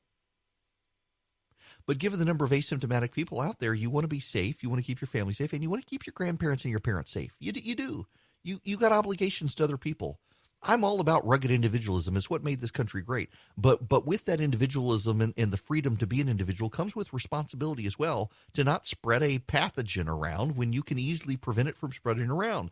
And if you want to rebound the state and you want to rebound the economy and you want to rebound the nation, you need to be responsible in doing it. And that's what so many people are missing right now. They're so angry about shelter in place. They're fighting the last battle, though. It's about reopening the country. And if you want to reopen the country, do it safely. Be safe, be responsible, be respectful of others as well. Hello there, it is Eric Erickson here. The phone number is 877-97-ERIC, 877-973-7425. Where is this story? Hang on a second. Yeah, this is impressive to me. I've mentioned before, so I don't have a Costco in Macon. Allegedly, there was going to be a Costco, but the area where they wanted to build it backed up to a residential area, and the residential area lost their minds at the thought of a Costco going there. And so instead, they built another big commercial development with lofts and whatnot. But I want a Costco. There's a Sam's Club in Macon, but I hear great things about Costco. I've never set foot in, never even been in a Costco parking lot. So I'm interested in Costco, but this is a fascinating story. The headline, this is from The Hustle, the man feeding a remote Alaska town with a Costco card and a ship. When Gustavus, Alaska was cut off from its grocery supply chain, one resident decided to take matters in his own hands. On a Tuesday afternoon in late April, a small barge set off from Gustavus, Alaska, en route to the world's most remote Costco warehouse. The 96-foot ship hummed through the choppy waters of the icy strait, past vast expanses of wilderness, snow-capped peaks, and breaching whales. 7 hours later, when it reached Juneau, a few intrepid men loaded its dock with $20,000 worth of eggs, flour, meat, canned goods, and produce. It returned to Gustavus in the twilight haze with a bird bearing provisions for its chicks. Like many of America's rural and remote towns, Gustavus has an arduous supply chain. Even in good times, getting groceries to an isolated enclave in southeastern Alaska requires some serious logistical wrangling. But when the town's usual transport method was disrupted, its 446 residents found themselves in the midst of a pandemic with diminished access to affordable food. And one man, the town grocer, decided to take matters in his own hands. So Gustavus is southeast Alaska. It is in the straits there near Juneau. They didn't get electricity until 85. They didn't get phone lines until the mid-90s. There are no roads to the outside world. You either got to fly in there with a plane, or you got to take a boat. And the residents are mostly retirees and biologists and the like. And so this town grocer, he and his dad have a boat, and they decided to just start sailing the boat to Costco every week. They load up on groceries, and they bring them back and sell them at a slight markup. There used to be a ferry. The ferry shut down. This is their only way to get groceries. American ingenuity in the Isles of Alaska. Well, this just in, the Broward County Sheriff in Florida has appeared half naked in racy photos with topless women. Apparently, the Sheriff of Broward County, Florida, is Florida Man. Welcome. It is Eric Erickson here. The phone number, if you want to be a part of the program, 877-97-ERIC, 877-973-7425. We must begin with this news. Researchers say a roughly 2-inch-long insect known as the murder hornet has made its way to the U.S. The hornets appear to have arrived in December after the Washington State Department of Agriculture verified 4 reports of sightings. Asian giant hornets are the largest species of hornet in the world. They are known to kill up to 50 people a year in Japan. The wasps could be devastating to the already dwindling bee population. I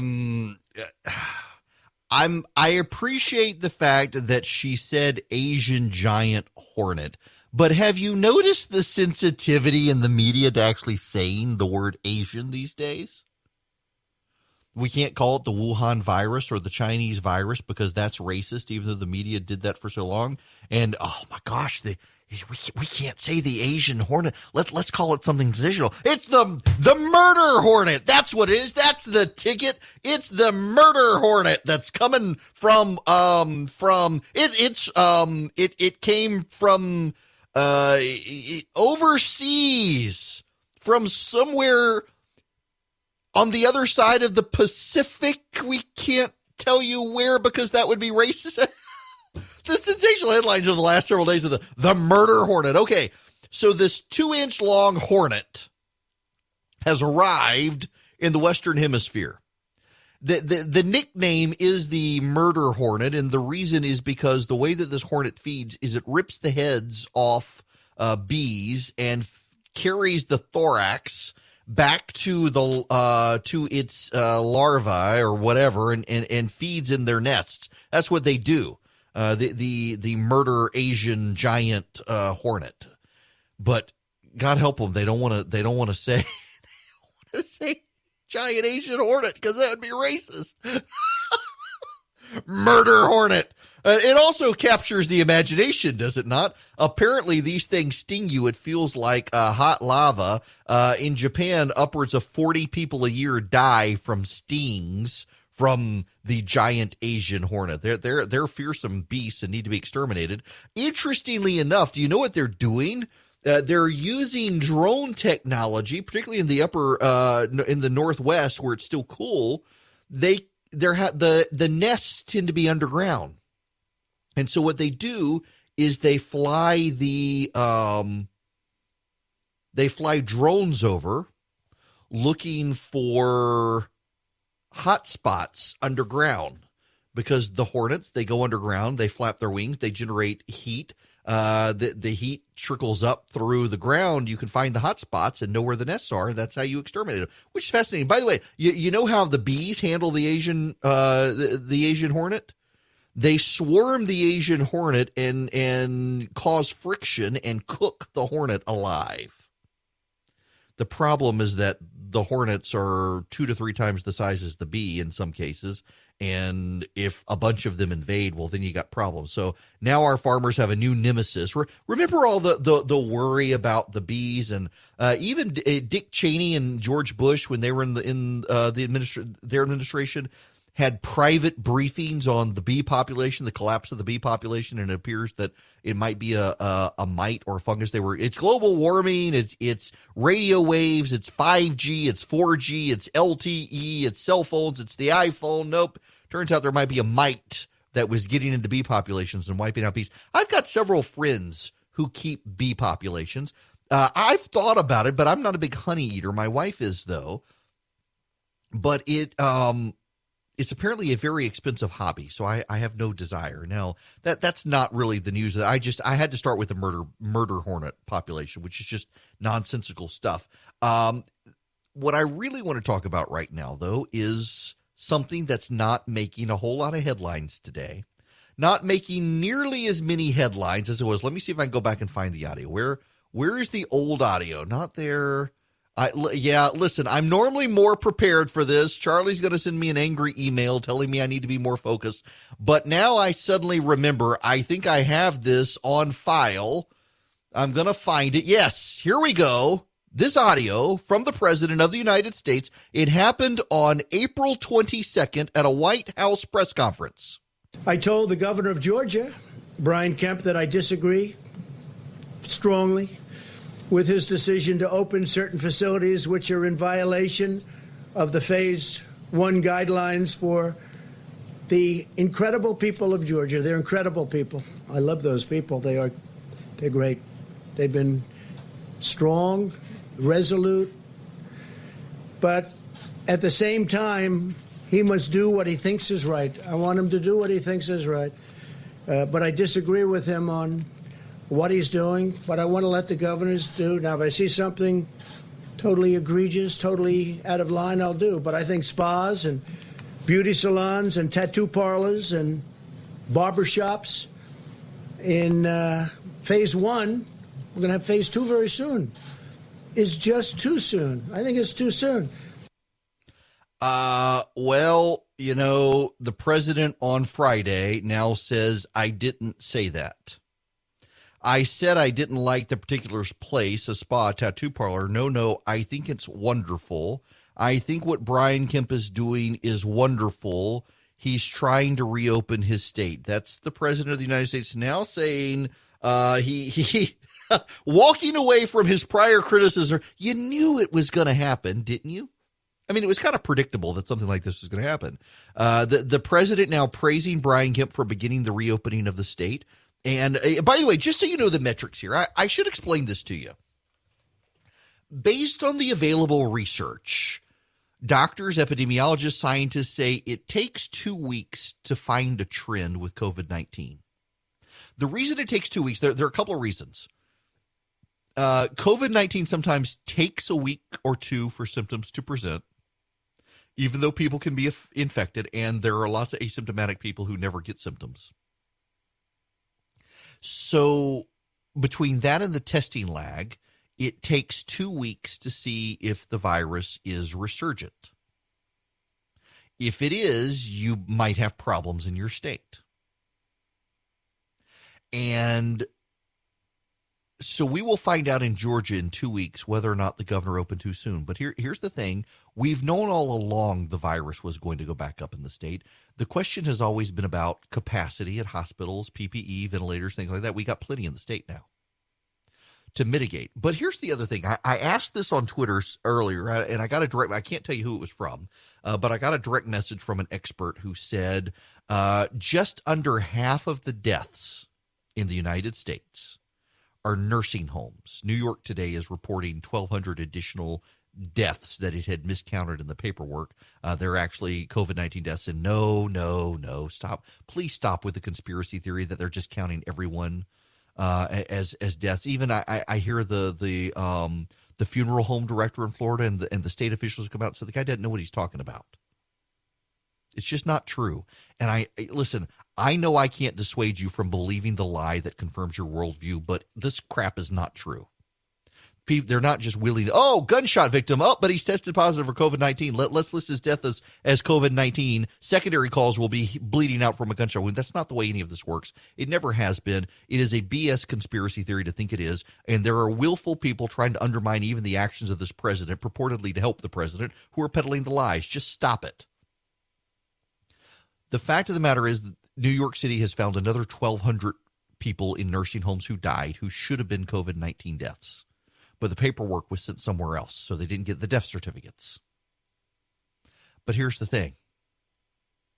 There 60,000 deaths. Do you know what the death toll would be if you got rid of the nursing home and the elder care facilities? It'd be 30,000 deaths. A flu season. Now, a flu season compressed into 9-10 weeks, mind you, but still a flu. That's one of the things we're missing here. We have failed our senior citizens. That's why the death toll is so bad. Yes, people with comorbidities. I love the way people are throwing that word around. Comorbid. Oh, well, it's people with comorbidities who die. You people don't even know what the word means. Not you, my listeners. Y'all are educated. But the people who are throwing this around as if they got their PhD from Oxford and did their residency at Harvard. The comorbidities of the people who are dying. I read on the internet and watched a YouTube video that tells me that it's this percentage of people and it's the overweight people, but it's only if your BMI is over 35. If your BMI is under 35 and you're still obese, you're not considered morbidly obese, and the data doesn't support it. But the comorbidities of people who have diabetes shows that they're the ones who are dying. Just stop it. You watch some idiot on YouTube and now you're parodying it. Actually talk to the real people who are in the line of work. Go to the hospital and talk to the doctor who's in the emergency room. Stop. Yeah, listen, I am no expert, and I tell you people every day, I'm not a doctor, I'm not a scientist, I'm not an expert on this stuff, but I know the people to talk to who actually are. I am amazed at the armchair experts who, oh my gosh, I read Wikipedia, and did you know? Why don't you pick up the phone and call the CDC to get an answer? Like, for example, the number of people, there was some guy who was harassing me last week on Twitter that, the number of people who are dead from the flu this year in Georgia outweighs the number of people who've actually died from COVID-19. If you bother to pay attention to the website you were getting the data from, you would see that the data on the COVID-19 stuff is a month behind on that website because they have to wait for the processing of death certificates before they put it on that website. Good Lord. There are answers to these questions. I'm just tired of armchair idiots. That's what I'm tired of. People are stupid. And it's on the left as well. I don't mean to pick on COVID-19 truthers on the right. On the left, you've got these people who are just absolutely good. Remdesivir does not work. Remdesivir doesn't work because the president said it worked. And when the president says it's wrong, we have to wait for China to tell us what to believe. Come on, people. Think for yourself. We have an inability of people in this country to think for themselves, which is my common core gripe. Not to get, oh, God, here it comes. I'm sorry. I should say it that way. Here it comes. Common core. It has invaded our schools and our society, and we have people who have just completely lost their ability to think for themselves. You got to have the government pull your strings and stick some expert's hand up your butt and move your lips like you're a Muppet for you to be able to believe something or say something. Come on, people, think for yourselves and stop getting on YouTube and finding the person who just agrees with everything. This person tells me exactly what I believe. I must be right.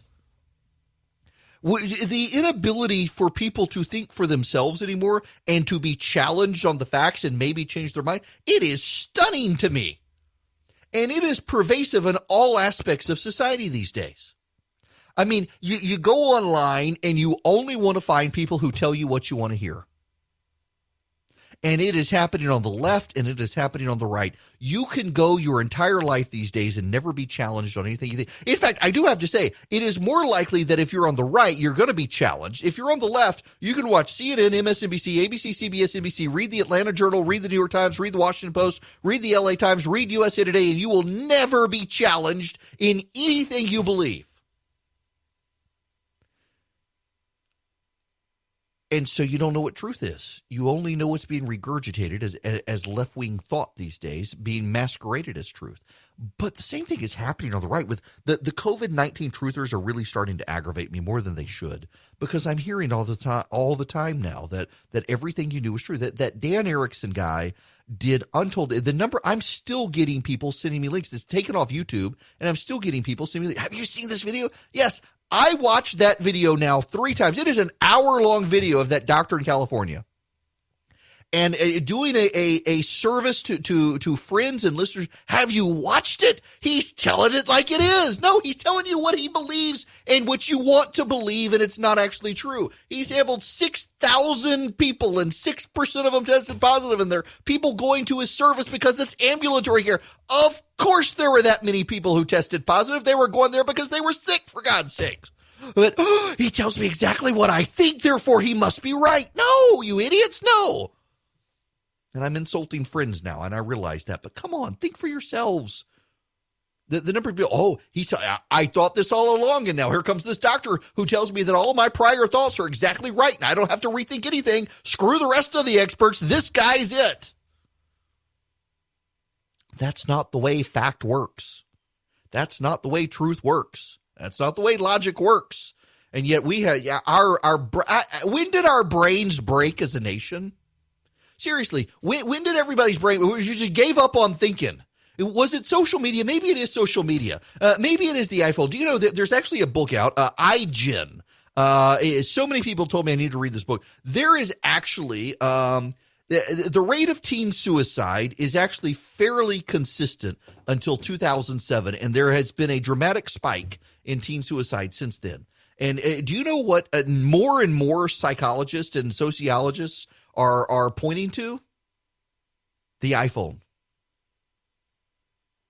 Correlation, causation, I realize there's an issue there.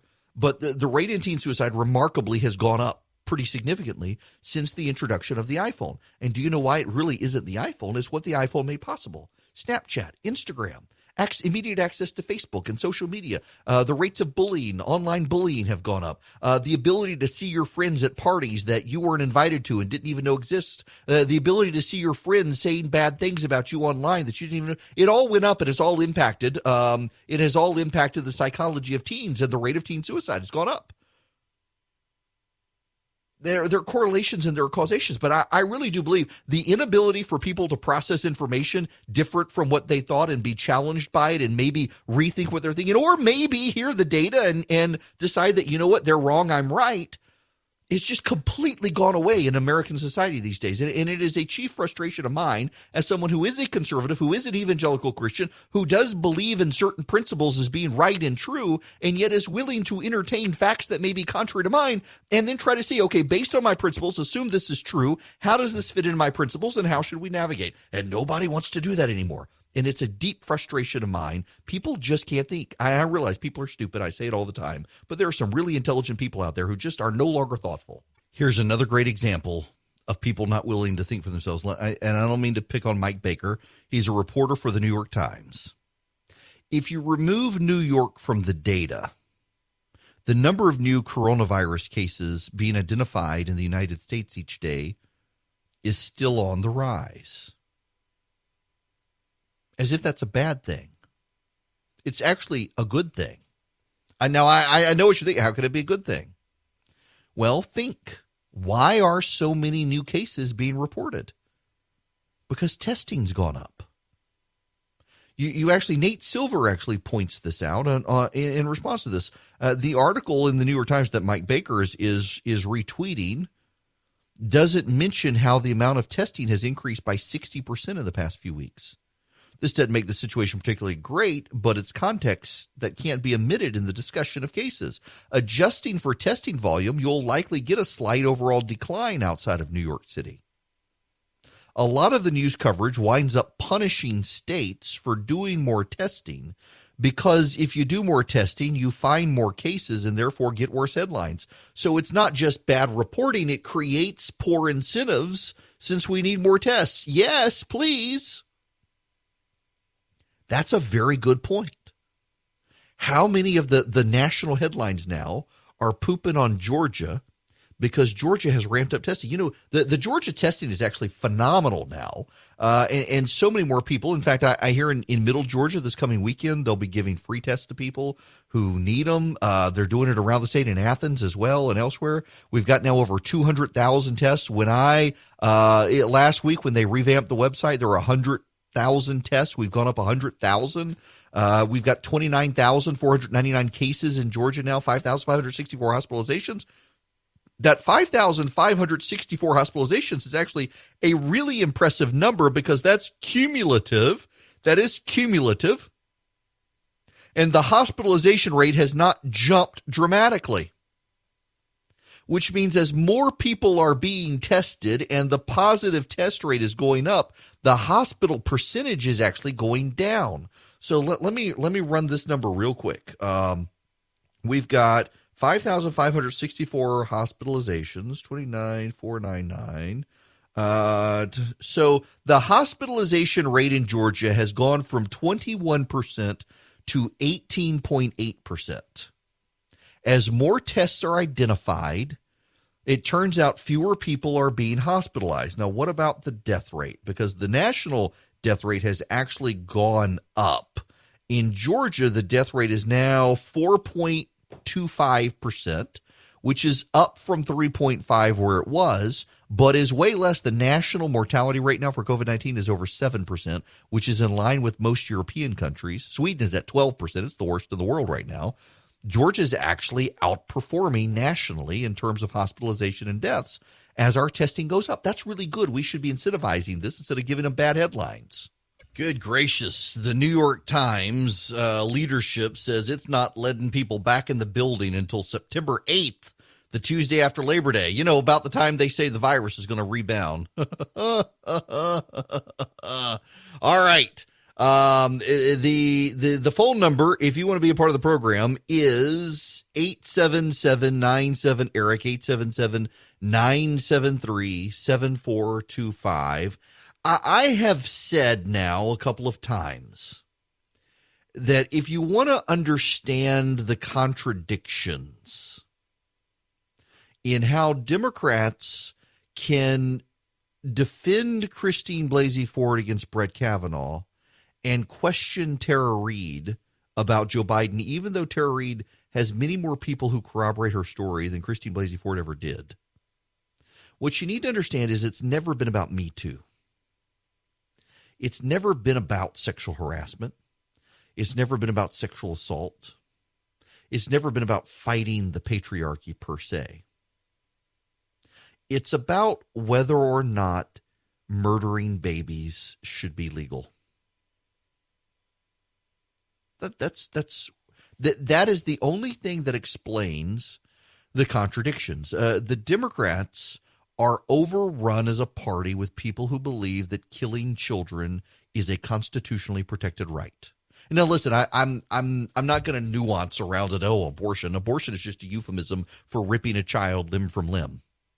That's all abortion is. Not necessarily. That's not all it is. In some cases, you take a medicine that induces labor early and you push the child out before the child can survive. And in other cases, you crack open the child's brain and suck its brains out with a little vacuum cleaner and then rip it apart. But you get the point. It's killing a child. I'm sorry for the graphic depiction of what it is, but let's not dance around what it is. We hide behind euphemisms like abortion to avoid having to have that conversation. And this plays so much into Democratic Party politics these days. This is why Tara Reade is a non-starter, because they know that Ruth Bader Ginsburg needs to get off the Supreme Court, and they much prefer Joe Biden be the one to fill that seat than Donald Trump.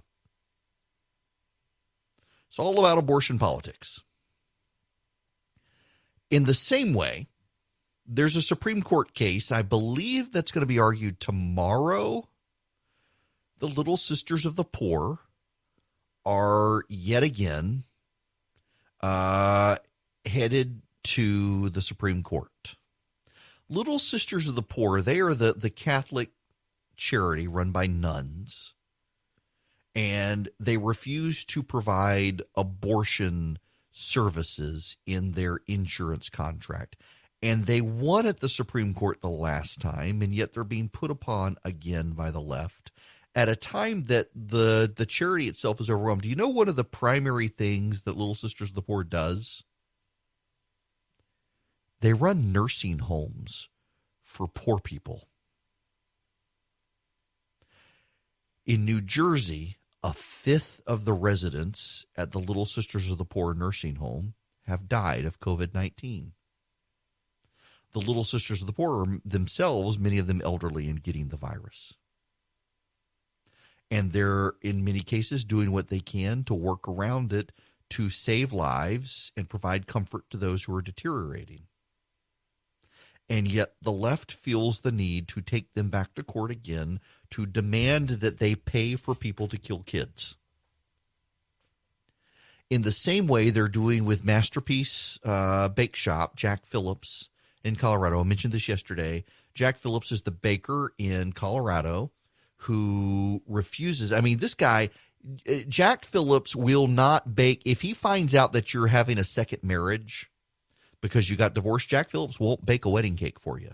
It doesn't matter. He won't bake a cake for a gay wedding. He won't bake a cake for Halloween. He won't bake a cake for transgender coming out. He won't bake a cake for a second marriage of a divorced heterosexual couple. He won't do it.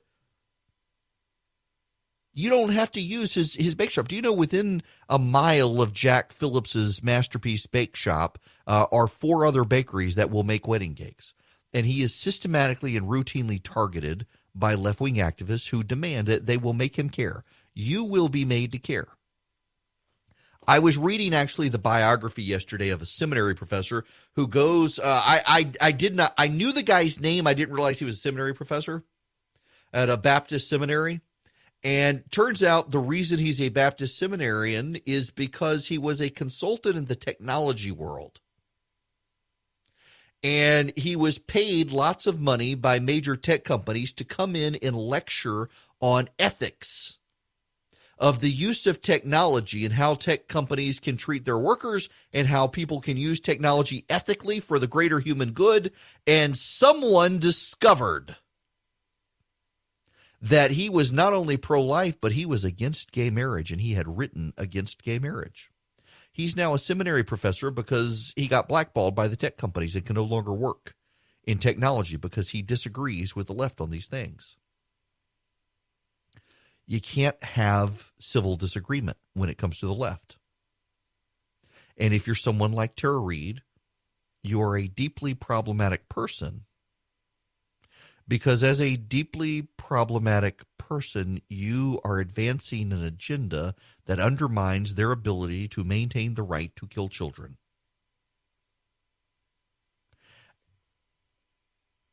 And, you know, I'm listen, civilly, I'm trying to navigate myself through the minefield I myself have laid out. Let's just be honest here. I am. Let's take Joe Biden. I disagree with Joe Biden on pretty much everything. Joe Biden has been one of the most wrong people on foreign policy in modern American history. Joe Biden, you will recall, is the guy who wanted to divide Iraq into 3 parts and then not help the Kurds when he gave them a country. But if you gave the Kurds a country, the other 2 parts would have been deeply problematic. Joe Biden has been more wrong than almost anyone on the world stage, and yet the Democrats want him to be their nominee. I'm trying to navigate carefully here. I like Joe and Jill Biden personally. And one of the issues, like I'm going to say something and it's going to make some of you mad. And no, I'm not going to take phone calls on this point. I am friends with people who I fundamentally disagree with on politics, including on the issue of abortion. And we don't talk about those issues, and we find common ground. And in normal, polite society, that is what people have always done. You found common ground with people with whom you disagreed on politics, and you tried to enjoy each other's company. Now, there are some people it's impossible with, on the left and the right. But by and large, you try to set aside politics. I personally can't understand someone who is so consumed by politics that they can't be friends with someone else. You know, I talked about yesterday the Good Samaritan's Purse being thrown out of New York City. Jesus says, love your neighbor. Not love your neighbor who agrees with you on everything in politics. Love your neighbor. And I get all the time the smart Alex who's, well, I love my neighbor by praying that God will turn their heart and they will repent of their sins and vote for Donald Trump. That's not what it means. Just love your neighbor. We as a society, this on social media, increasingly, we have developed our own communities online, and they look exactly like us. They look exactly like us. The people that we are friends with, by and large, on social media, agree with us on 9/10 of everything. When we have gatherings of people, those gatherings tend to be with people who agree with us on 9/10 of everything. They look like us, they sound like us, they think like us, and all of us have a harder time encountering people who disagree with us and trying to find friendships with those people. We keep them at arm's length.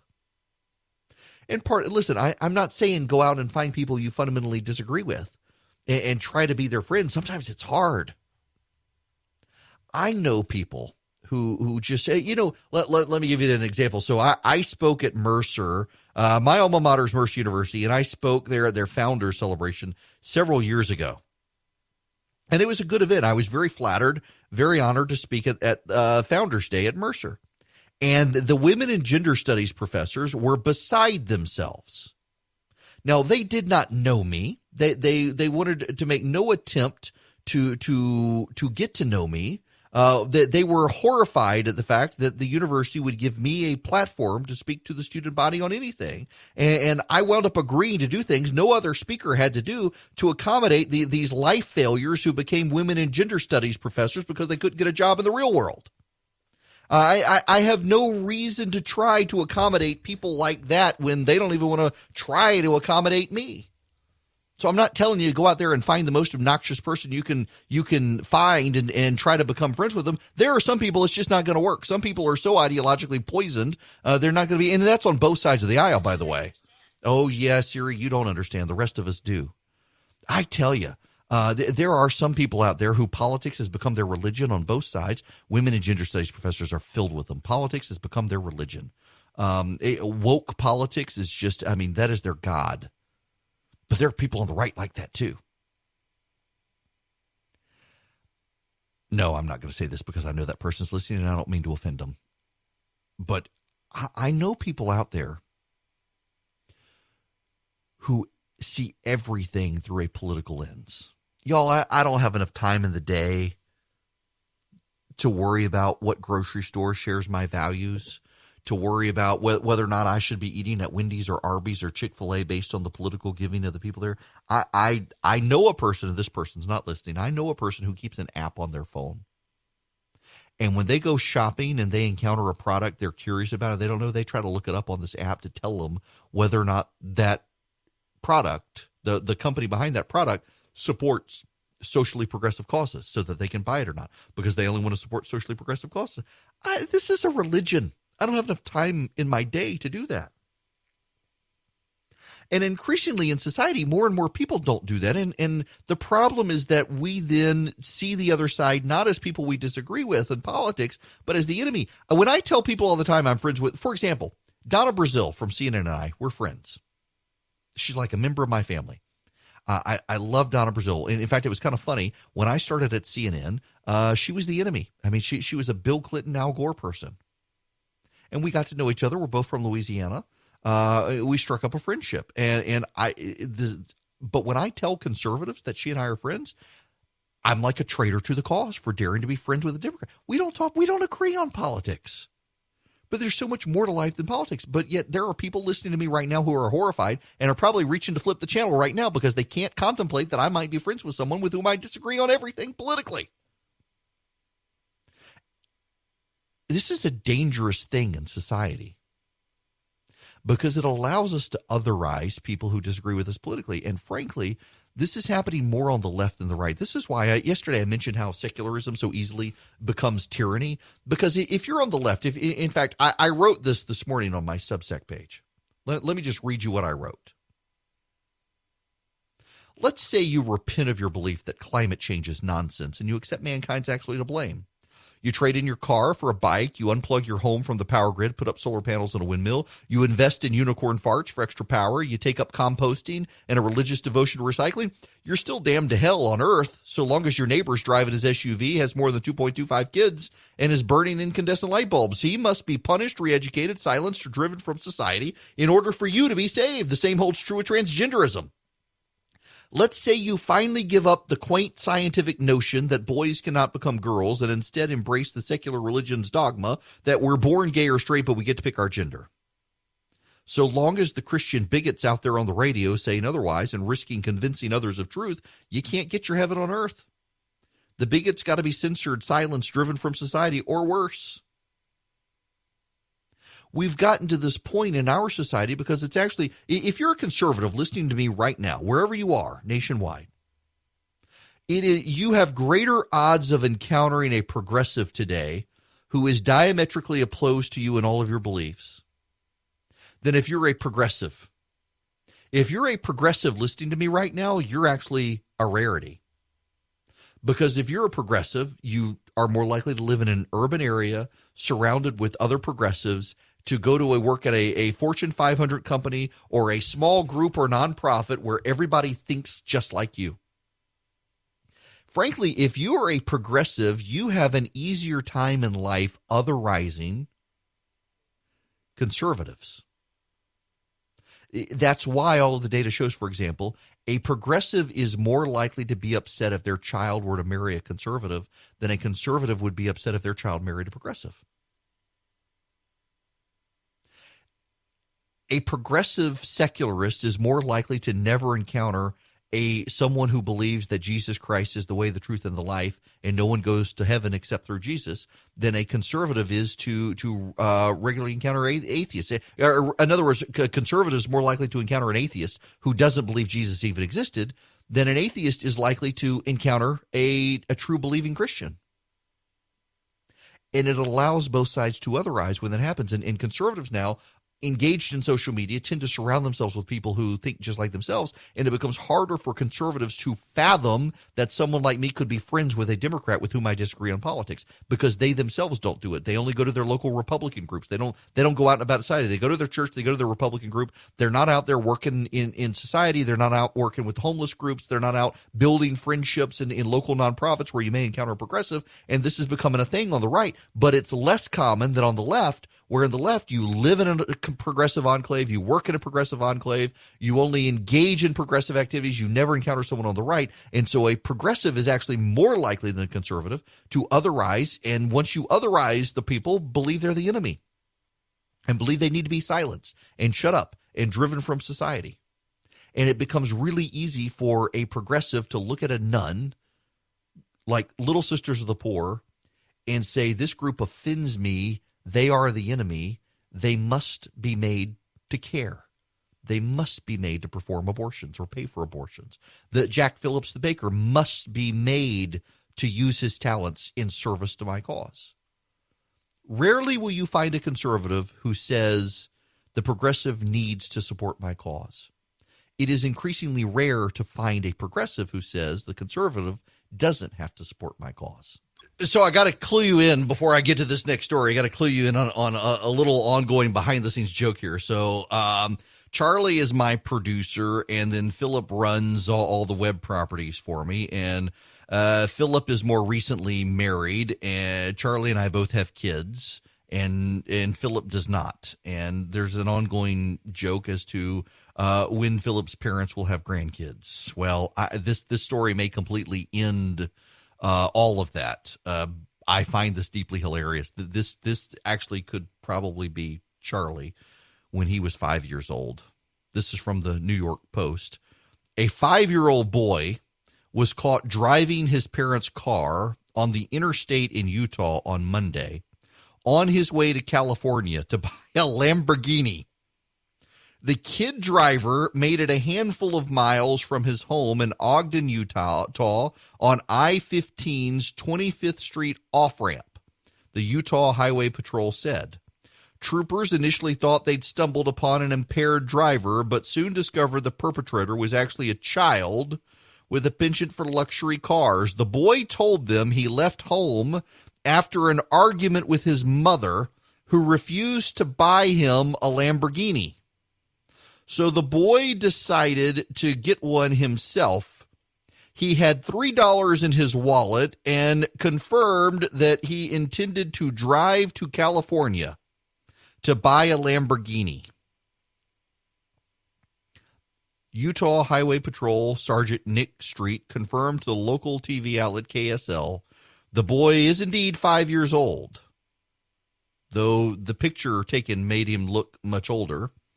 They didn't say that there would be a punishment for the boy. But yes, 5-year-old in California, or in Utah, got into his parents' car after an argument with his mother, who refused to buy him a Lamborghini, got $3 in his wallet, and decided to drive his parents' car to California to buy himself the Lamborghini that his mother would not buy. My goodness. My goodness.